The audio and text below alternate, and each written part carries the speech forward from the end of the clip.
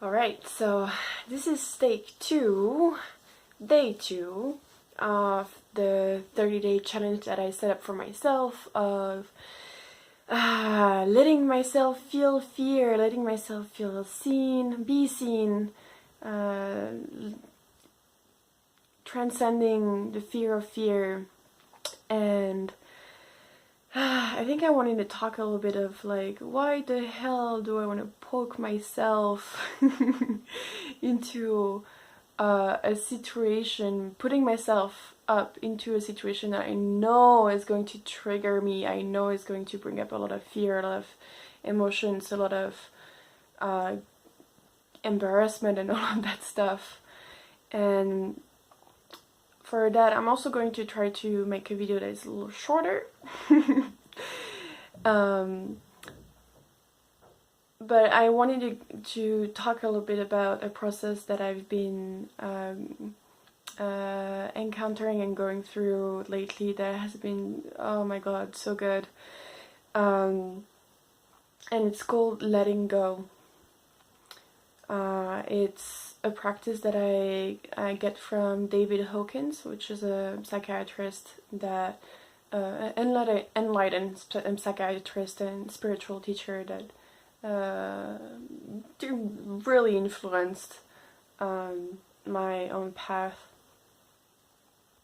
And he is bringing up the idea, not the idea, but the reflection that most people have 3 ways of dealing with emotions.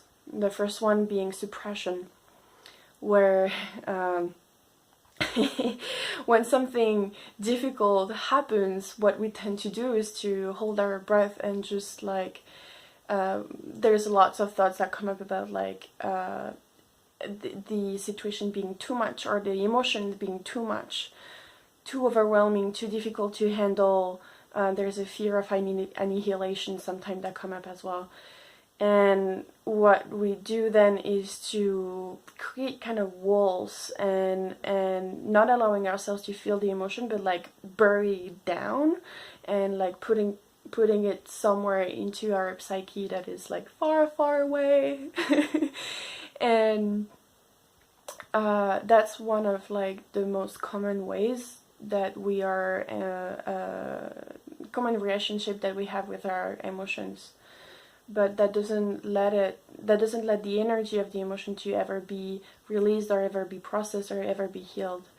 So it's kind of like locked up in time and locked up in the psyche. So that is the first one, that the first way of relating to emotion that David Hawkins talks about. Then the second one would be expression, which is closer to being subject to the emotions. So for example, if someone is feeling anger, is just shouting at its partner, it doesn't necessarily solve anything, and it creates a lot of ripple effects, because the emotion that we tend to act from is attracting the same kind of emotion into the other person. So you don't really like expect that if you're yelling at someone from being very, very angry, they're going to answer to you with all the things that they love about you and how much they appreciate all your efforts. Usually they would tend to answer in pretty either angry way, or tense, or resentful, or hurt. So that would be expression, just being subject to the feeling and acting out from it. And the third one that he's talking about is, what was it? The projection, yeah, of course. The sense of the suppressed emotions that I was talking about before are actually acting out, are actually wanting to be healed, wanting to be processed, the energy wanting to be processed and released. And the way it's getting our attention is when we're projecting onto the external world the emotions that we're holding inside. So every time that we're pointing at the fingers of like, oh, it's because of you, or blaming and judging something that is external to us, is actually a reflection of ourselves. And the mechanism of projection is one that is very common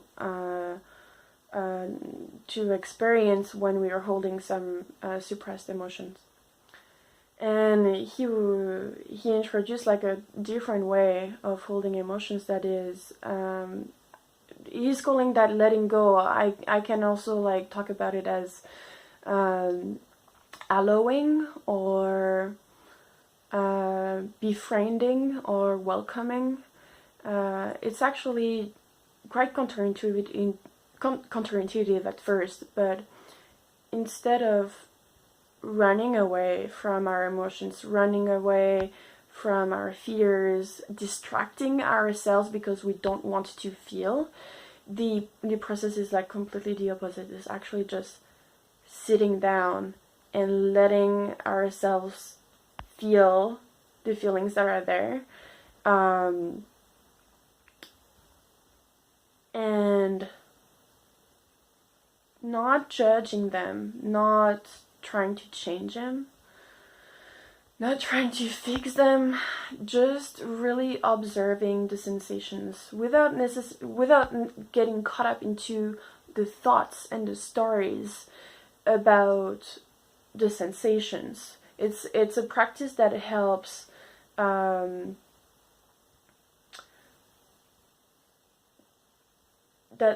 that helps moving away from the stories and the thoughts that our mind are creating about the sensation of the feeling itself, but recognizing that the sensations, the body sensations of the feeling, is just an expression of the energy of the feeling, and that when we're focusing our mind and our awareness to the sensation itself, and letting the thoughts and letting the stories and the belief about the sensation just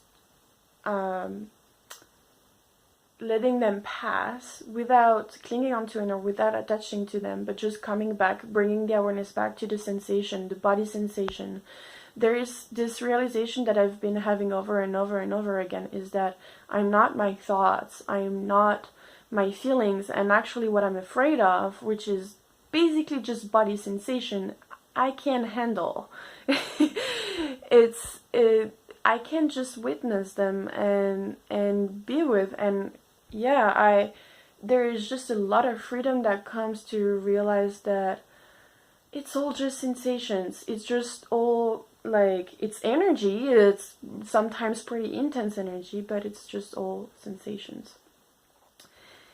I feel like I have more to say about all of that. There's just so many details and everything, but I also want to keep this short, and it's like already like 8 minutes or something. So I think I'm just gonna stop here for now, and I guess I'll see you again tomorrow for day 3 of this 30-day challenge of befriending my fears. Okay, bye bye guys. See you tomorrow.